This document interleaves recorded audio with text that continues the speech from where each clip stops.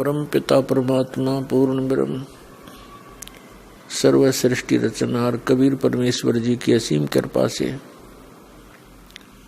आप पुण्यात्माएं सत्संग सुनने के लिए उपस्थित हुए। भक्ति मुक्ति के दाता सतगुरु भटकत प्राण फिरंदा, उस साहिब के हुक्म बिना नहीं तरवर पात हिलंदा। परम पिता परमात्मा कबीर जी ये हम सभी आत्माओं के जनक हैं और ये हमें संदेश देने के लिए यहाँ आते हैं। ये ज्ञान कराने के लिए इस काल के लोक में सहशरीर आते हैं और सहशरीर चले जाते हैं।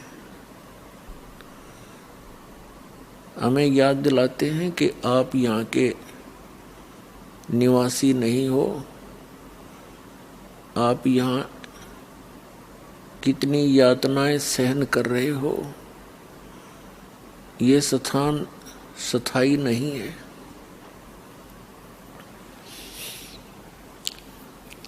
अब क्या बताते हैं, चारों युग में संत पुकारे, कूक कहा हम हेल रे, हीरे माणिक मोती बरसे, ये जग चुगता ढेल रे।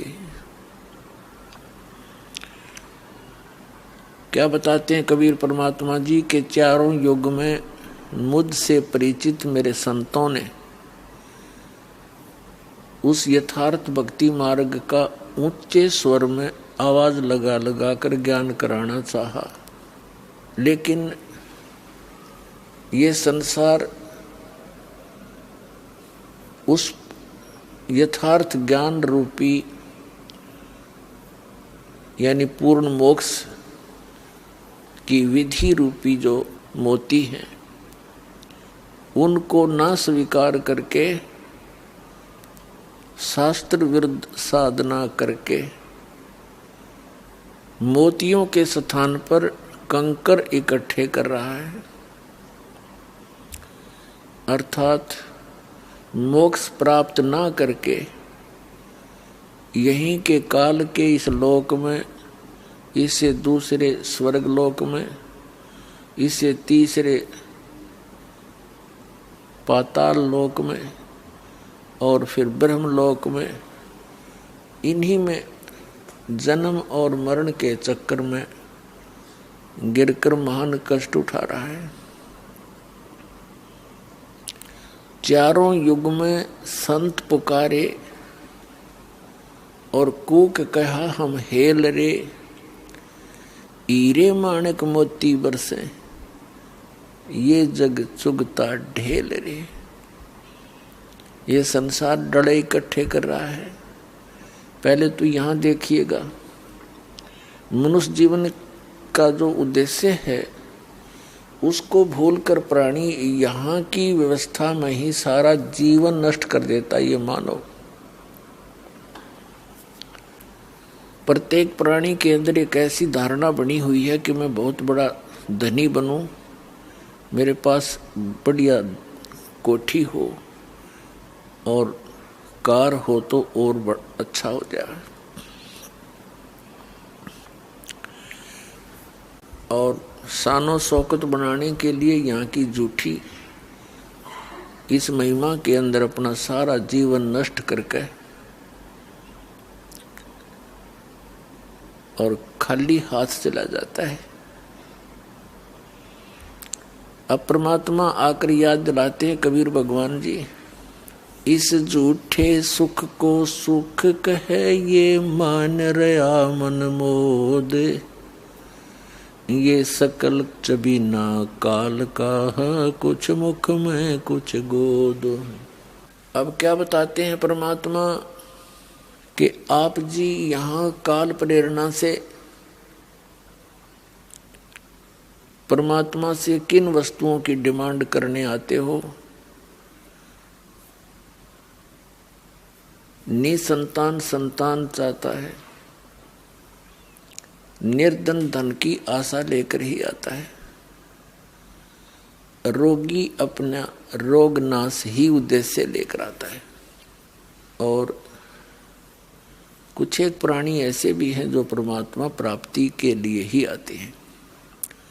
वो तो धन्य भाग हैं ऐसी सोच जिन पुण्यात्माओं की, लेकिन वो भी धन्य भाग हैं जो किसी भी कारण से परमात्मा के चरणों में पहुंच गए।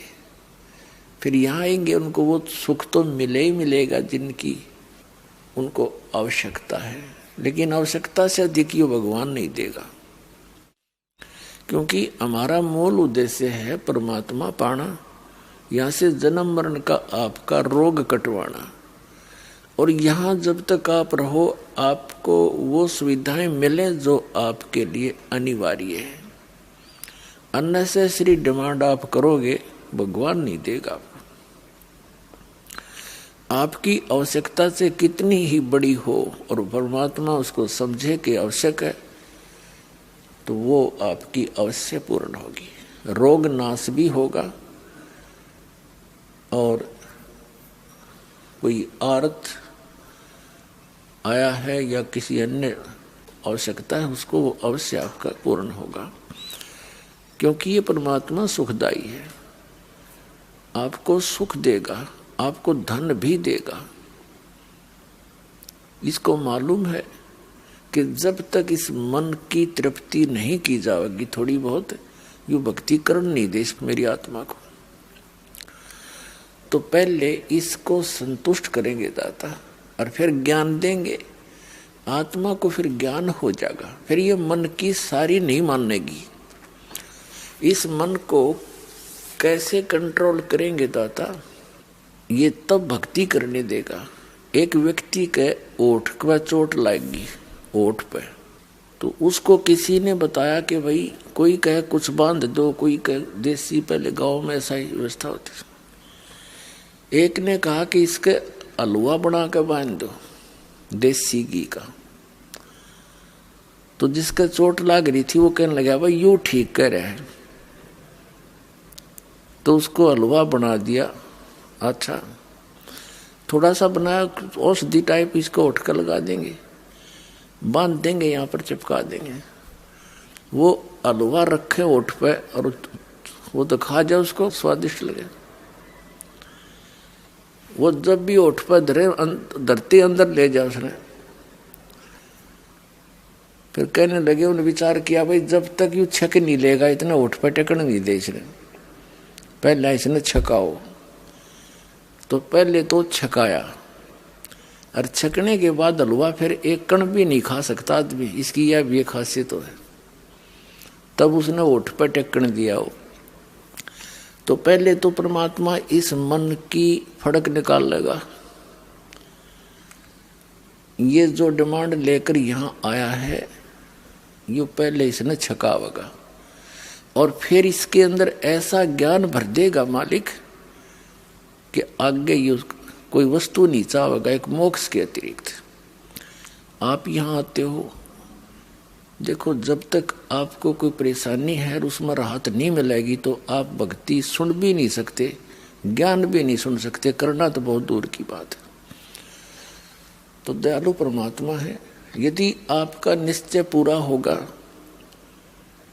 पूरे विश्वास के साथ परमात्मा में आप लगन लगाओगे, ये जाप मंत्र जो बताए जाते हैं ये करोगे, तो ये तो मामूली सी बात है उस मालिक के लिए, ये तो कुछ भी नहीं जो डिमांड आप लेकर आते हो। फिर यहाँ ज्ञान कराया जाएगा आपको। बिन साहेब की बंदगी की तो ठोर ठिकाना ना, हम इसको ठिकाना मान रहे, कोठियों को कल मृत्यु हो जाए, काय का ठिकाना ये खाक ठिकाना हमारा, हम इस बांधे हुए बैठे हैं, कति समर्पित हुए बैठे हैं, और बकवाद करें, नारी पाप इकट्ठे करें वो अलग से। तो पुण्यात्माओं, जब आप सतलोक आश्रम बरवाला में आवे तो पहले ये निश्चय करके आया करो, और फिर जो आपके ऊपर तो मालिक अनजान थोड़े ही है। जब आप डॉक्टर के पास आ गए हार थक के, तो फिर डॉक्टर कोई बालक थोड़ा है, वो सब जानता है इसकी कौन सी वस्तु कहाँ डिफेक्टिव है और कौन सी बीमारी का पहले इलाज करूं ताकि इसका जीवन बचा रहे।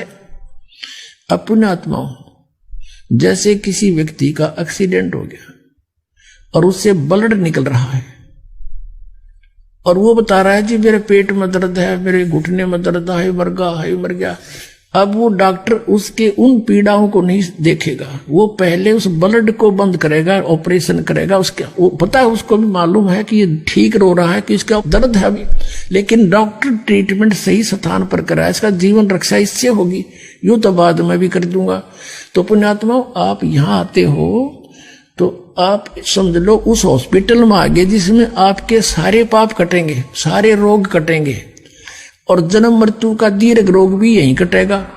तो आप तो केवल एक डिमांड लेकर आते हो कि हे भगवान मेरा काम चल जा, हे भगवान मन पुत्र प्राप्ति हो जा और मेरा ये पीड़ा है या ठीक हो जा। और परमात्मा को पता है कि इसकी उम्र रह रही है 20 दिन की। अब आपका वो दुख हटावेगा उस जिससे आपकी मौत ना हो, ये दुख तो फिर दूर कर देगा भगवान 2 दिन पीछे। तो आपके जीवन अंत होने वाले जो संस्कार हैं उनका नाश करेगा और उसका कुछ विधान बनाया भगवान ने।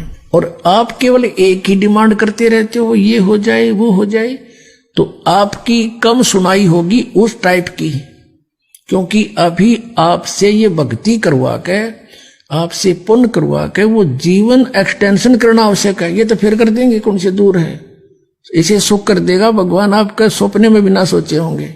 इतना धन दे देगा, पर ये धन अच्छा नहीं है। ये आपको इतना धन दे देगा, लेकिन यह धन भी अच्छा नहीं है, ये सत्कर मान लेना। और इतना सुख दे देगा, आपके समझ में नहीं आवा ये इतना है। भगवान सचमुच परमात्मा ऐसा करता है, हमने सुना था। आप यहाँ होता देखोगे, एक नहीं 100 देखोगे एक एक घर में।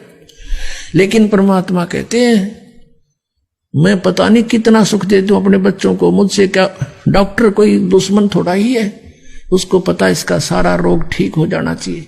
तो परमात्मा कहते हैं मुझे मालूम है यदि ज्यादा सुख दे दिया तुम फिर मुझसे दूर हो जाओगे, राम भूल जाओगे, बकवादों को फिर ढूंढ लोगे। जैसे सतलोक में हमें सब सुख था और हम भूल गए भगवान को, इस शैतान के साथ आगे, इस काल के साथ इसको मालिक मान लिया, इस पर आसक्त हो गए, जो सर्व सुविधाएं दे रहा था उससे हम विमुख हो गए।